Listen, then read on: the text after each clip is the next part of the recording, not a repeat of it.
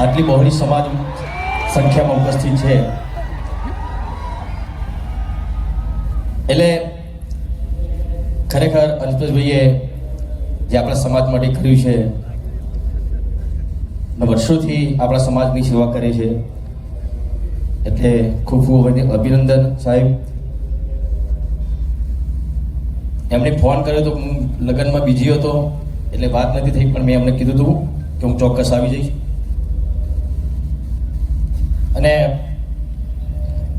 આજે લગ્નનો પ્રોગ્રામ હતો મારો અહીંયા સાણંદ જોડે, પણ એ લોકોને મેં રિક્વેસ્ટ કરી કે ભાઈ અમારા સમાજનું આવડું મોટું સંમેલન છે એટલે તમારે મને વહેલો ફ્રી કરવો પડશે.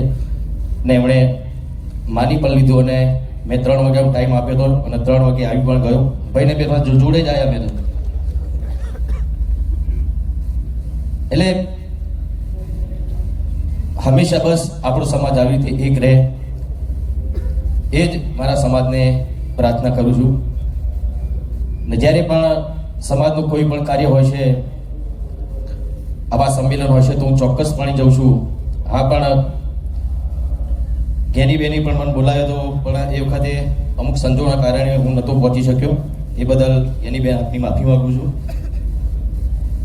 અહીંયા ઉપસ્થિત દરેક આગેવાનો એમને વંદન કરું છું.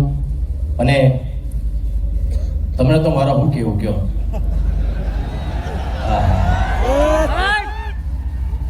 કેમ કે તમારા જ આશીર્વાદ છે. અત્યારે એક નાના ઘરમાંથી એક ઠાકોરનો દીકરો, અત્યારે તમે એને સુપરસ્ટાર કહો છો, તો આ બધું તમારો આશીર્વાદ છે. તમે છો તો હું છું, અલ્પેશભાઈ છે અને દરેક આગેવાનો એ બધા જ તમારા આશીર્વાદના લીધે જ છે. અને આવા નવા આશીર્વાદ હંમેશા સમાજના જે સારા કાર્યો કરતા હોય એમના એ આગેવાનો ઉપર રાખજો. અને વધારે તો કંઈ કહેતો નહીં, એવા બોલવાનું થોડું હમણાંથી થોડું ચાલુ કર્યું છે.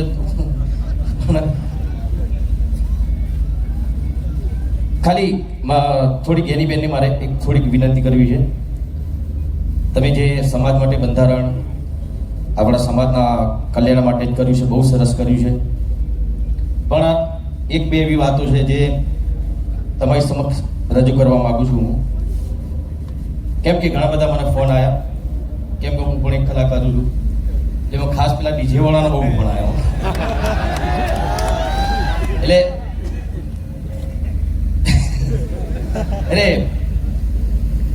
બીજું કશું નહીં, એ લોકોનું પણ શું એમના પર ઘર ચાલતું હોય છે. ઘણા બધા કલાકારો ડીજીમાં જ કામ કરતા હોય છે. તો એના માટે તમે થોડુંક વિચારજો શું કરી શકો. તમે બધા આગેવાનો છો, બધા ભેગા થઈને તમે નક્કી કરજો.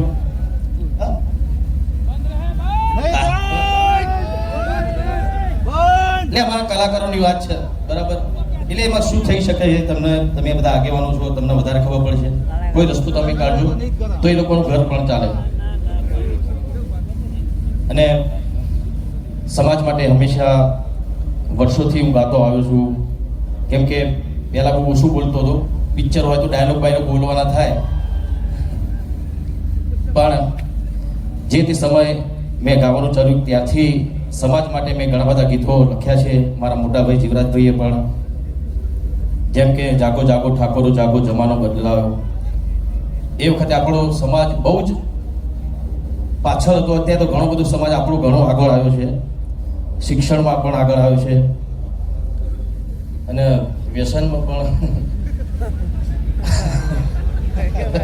એનો પાછું જવાની જરૂર છે, પણ એ બી આગળ આવે છે. બોલો,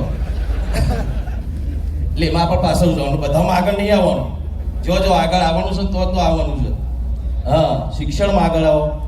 આવા સમૂહ લગ્નો એમાં જોડાઓ. બાળ લગ્નના કુરિવાજો છોડો. એ બધામાં આપણે આગળ આવવાનું છે. તમે તો વ્યસનમાં આગળ આવી જાઓ છો. એટલે એવું નહીં, બીજા સમાજના બી વ્યસન કરતા જ હોય છે, પણ આપણો સમાજ સૌથી વધારે પાછળ રહ્યો હોય તો એનું કારણ વ્યસન જ છે. અને વ્યસનના કારણે આપણો સમાજ ભણી ના શક્યો. અને ના ભણી શક્યો એટલે વ્યસનમાં ચડી ગયો. એટલે બસ એટલી જ વિનંતી કરું છું કે વ્યસનોથી દૂર રહો, શિક્ષણ અપનાવો. આ સુંદર મજાનો પગલો અલ્પેશભાઈ આપણા માટે જ આપણા રાજકીય આગેવાનો એક સ્ટેજ ઉપર આવીને એમની વાત મૂકી.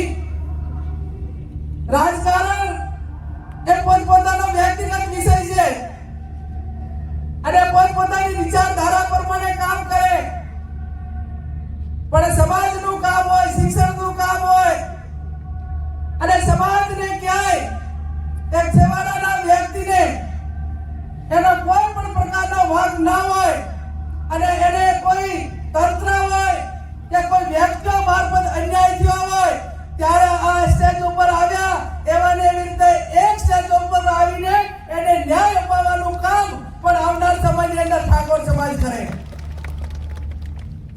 ત્યારે વિષય ના લેતા એટલું સમાજને વિનંતી કરું છું કે આજે સમાજની અંદર સૌથી મોટી કોઈ સમસ્યા હોય, મુશ્કેલી હોય તો હમણાં વિક્રમભાઈએ એમના ગીતમાં પણ ગાયું કે બાળ લગ્ન અટકાવો. અને આ બાળ લગ્નના હિસાબે આવનાર પેઢી, એક કુપોષિત પેઢી, એક તંદુરસ્ત પેઢીનું નિર્માણ નથી થતું. અને એના મૂળમાં કોઈ જવા માટેનું કોઈ કારણ હોય તો તાલુકે ઠાકોર સમાજની દીકરીઓને ભણાવવા માટેની હોસ્ટેલોનું નિર્માણ થાય. અને આજ સમાજ સંકલ્પ કરે કે 12મા ધોરણ સુધી અમે દીકરીને ભણાવ્યા પછી દીકરીના પીળા હાથ કરાવશું અને 12મા સુધી ભણે એટલે એની ઉંમર 18 વર્ષ થઈ જાય. પણ એનાથી પહેલા આ હોસ્ટેલોનું નિર્માણ કરવું જરૂરી એટલા માટે છે કે ટેકનોલોજીના જમાનાને કારણે ક્યાંક ને ક્યાંક મા બાપ એ દીકરીને સુરક્ષિત રીતે ભણવા માટેની ક્યાંક ને ક્યાંક જગ્યા શોધે છે.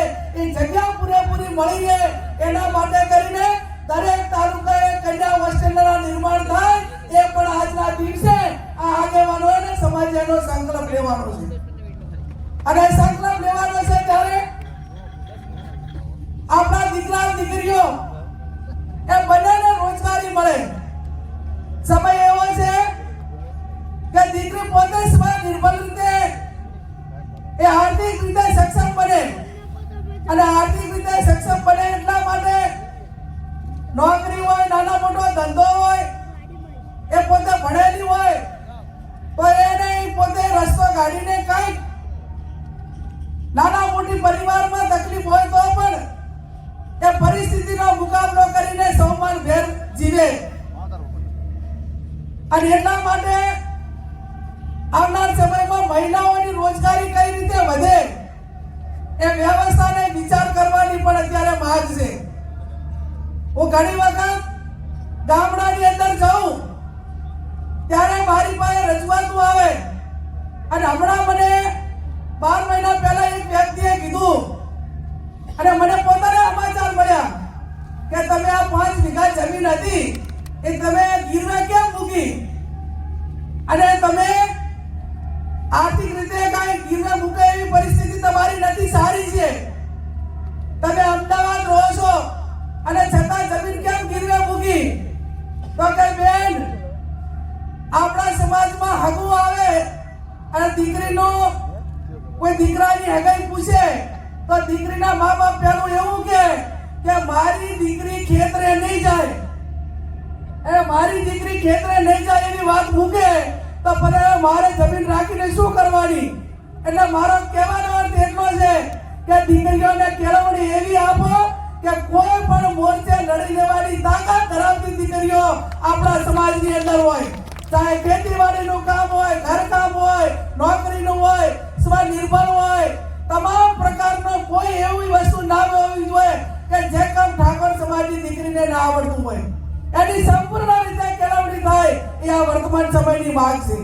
ત્યારે આજે આમ તો અમે દિયોદરની શરૂઆત કરી. બધાએ તમે બધા એમ કહેતા, આ ઓડિયન્સ તમે બધા બેઠા સમગ્ર ગુજરાતમાં કે અમારે બધા એમની નીચે